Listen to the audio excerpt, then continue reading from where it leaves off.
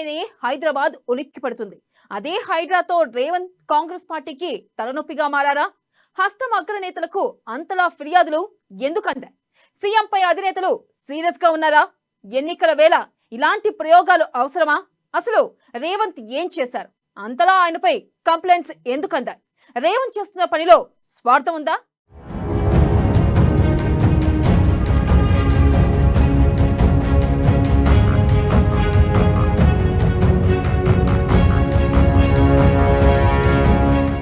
హైడ్రాపై కాంగ్రెస్ లోనూ గుస్సా.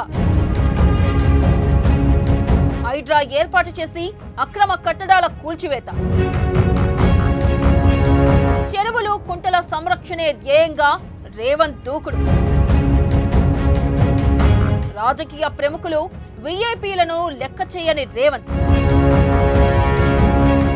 రేవంత్ తలనొప్పి తెచ్చుకుంటున్నాడని గుసగుసలు. అధిష్టానం పెద్దలకు రేవంత్ పై ఫిర్యాదులు, రేవంత్ కే మార్కులు వేసిన అగ్రనేతలు, ఎక్కడా తగ్గేది లేదంటున్న రేవంత్.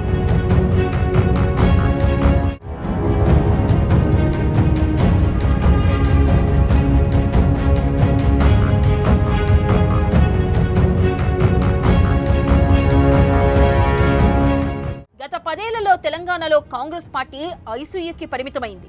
అలాంటి కాంగ్రెస్ పార్టీని అధికారంలోకి తీసుకురావడంలో కీలక పాత్ర పోషించిన రేవంత్ రెడ్డి ముఖ్యమంత్రిగా బాధ్యతలు తీసుకున్న తర్వాత పాలనలో తన మార్కు చూపిస్తున్నారు. ఒకవైపు పార్టీకి మైలేజ్ తీసుకురావడంతో పాటు వ్యక్తిగతంగానూ తన ఇమేజ్ పెంచుకునే ప్రయత్నం చేస్తున్నారు.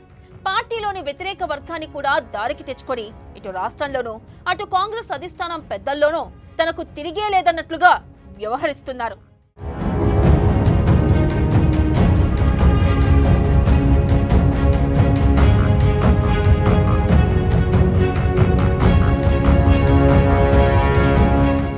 ఇంతవరకు అంతా బాగానే ఉంది. ఇలాంటి సమయంలో హైడ్రాని ఏర్పాటు చేయడమే కాకుండా నగర పరిధిలోని చెరువులు కుంటలు ఆక్రమించి నిర్మించిన భవనాలను, షాపింగ్ కాంప్లెక్స్లను కూల్చివేస్తున్నారు. ఆ భవనాలు చాలా వరకు రాజకీయ ప్రముఖులతో పాటు వీవీఐపీలకు చెందినవి అయినా రేవంత్ మాత్రం లెక్క చేయడం లేదు. రాజకీయ ఒత్తిళ్లకు తలొగ్గకుండా హైడ్రాకు ఫ్రీ హ్యాండ్ ఇచ్చారు.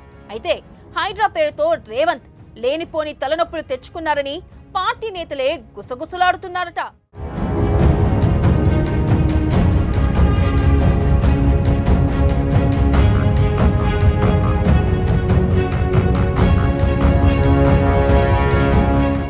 ఎవరు బహిరంగంగా విమర్శలు చేసేందుకు సాహసించడం లేదు గాని అధిష్టానం పెద్దలకు మాత్రం రేవంత్ కు వ్యతిరేకంగా ఫిర్యాదులు చేస్తున్నారట. స్థానిక సంస్థల ఎన్నికలు సమీపిస్తున్న వేళ ఇలాంటి చర్యలు పార్టీని దెబ్బతీస్తాయనే ఆందోళన వ్యక్తమవుతుంది. మరోవైపు గ్రేటర్ ఎన్నికలు సమీపిస్తున్న తరుణంలో ఇంత రిస్క్ అవసరమా అని పార్టీలో గుసగుసలు వినిపిస్తున్నాయి.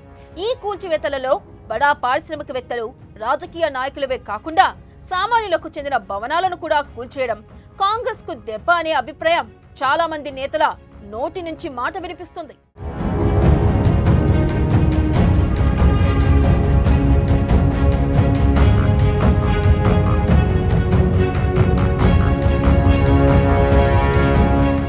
అయితే రేవంత్ మాత్రం ఈ విషయంలో వెనక్కి తగ్గేది లేదన్నట్లుగా వ్యవహరిస్తున్నారు.